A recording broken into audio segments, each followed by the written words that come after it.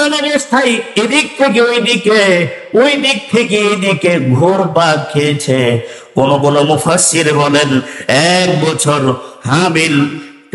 হাবিলের লাশ কাঁধে নিয়ে ঘুর ঘুর করেছে। কোথায় কেমনে দাফন করব তার নলেজ নাই।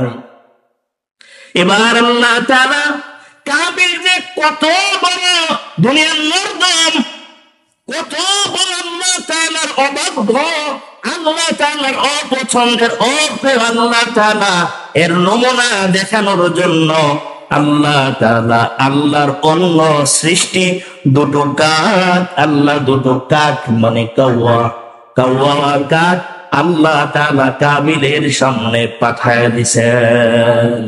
কোরআনে আল্লাহ তাআলা বলেন ফাবাআসাল্লাহু গুরাবান ইয়াবহাসু ফিল আরদ, আল্লাহ তাআলার পক্ষ থেকে দুটো কাক কাবিলের সামনে আসছে। 2 কাক সামনে আসছে।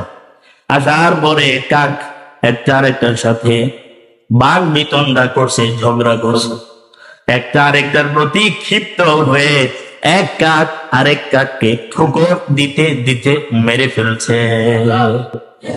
এবার এক কাককে মারার পরে আরেক কাক তার ঠোঁট দ্বারা, তার পা দ্বারা জমিনের মাটি এভাবে খোঁড়া শুরু করেছে।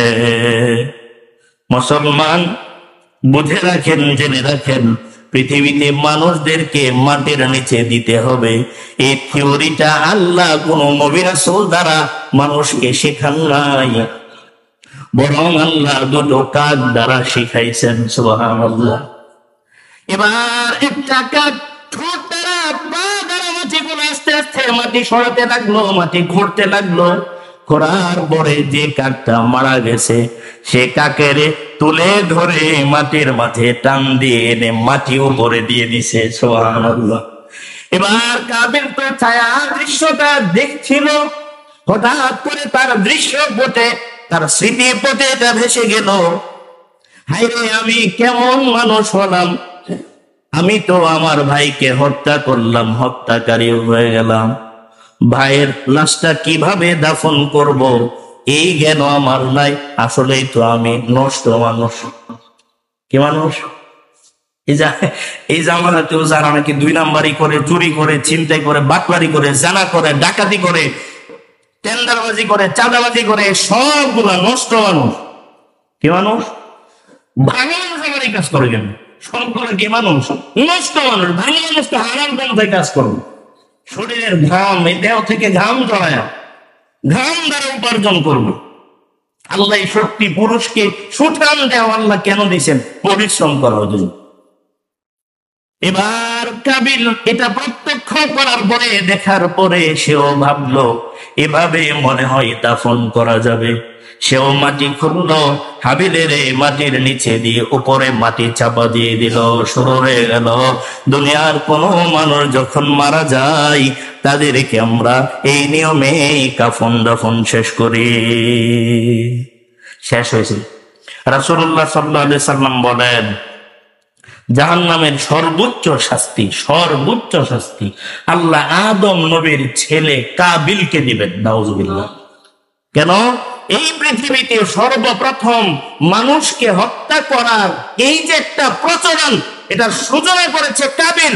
পৃথিবীতে যত মানুষ রাজনৈতিক কারণে হোক, ব্যক্তিগত কারণে হোক, রাগ ক্ষোভ গোসায়, যে কোনো কারণে হোক না কেন, যে কোনো দ্বন্দ্বে হোক না কেন, কোন মানুষকে অন্যায় ভাবে যদি হত্যা করে, এই মানুষের অন্যায় ভাবে হত্যা করার কারণে সে তো নষ্ট, নোংরা হয়ে গেছে।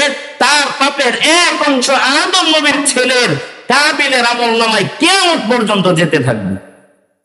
পাপের বোঝা ভারী হচ্ছে। কি হচ্ছে? পাপের বোঝা ভারী হচ্ছে।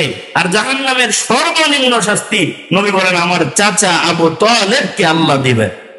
কারণ আবু তালেব আমার আগলায় রাখছে, ভালোবাসছে, আমার আগলায় রাখছে, ভালোবাসছে। তার মানে কুরবানির সূচনাটা আমরা এখান থেকে, ঘটনাটা একটু বলে ফেললাম। কুরবানির সূচনা আদম নবীর 2 ছেলে হাবিল কাবিল থেকে শুরু। এখন কাবিল যখন কোরবানি করছেন, তার ফসলগুলো দিয়েছেন, তখন মনে মনে কি বলছেন? কোরবানি হইলে হোক, না হইলে নাই, আল্লাহ কবুল করলে করুক, না করলে নাই। বোন আমার সাথে যেটা আছে বিয়ে, আমি ওইটা নিয়ে করবো।